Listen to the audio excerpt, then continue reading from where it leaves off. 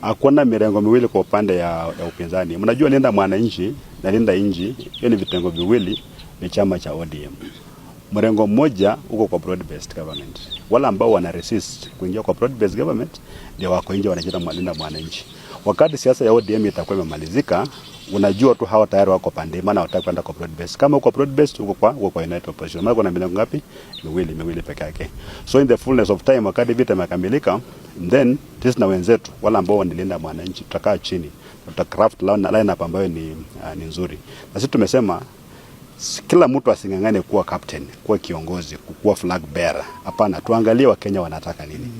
Wakenya wanataka ni for the first time ikuwe ni interest ya Mkenya. Sio interest ya Natembeya ama ya Rigiji ama ya Matiang'i ama ya Kalonzo ama ya nani. Interest ya mwananchi. Tukikubaliana namna hiyo hata mambo ya vita kwa maana lugha ya Linda Mwananchi na lugha United Opposition ni the same. Kwamba tutaka kuomba Kenya kutoka kwa hii utawala ya broad based. So kutakuwa na mambo mengi. Na vile umeona hawa tayari tunatembea barabara moja. Mali natembea huko, mimi niko kwa upande wa United Opposition 100%. Na hawa tunatembea nao kwa United Opposition. Lakini next year August utakuwa upande wa upinzani, tutakuwa tumebadilisha. Wale wengine watakuwa kwa upinzani, tutakuwa ndani ya serikali.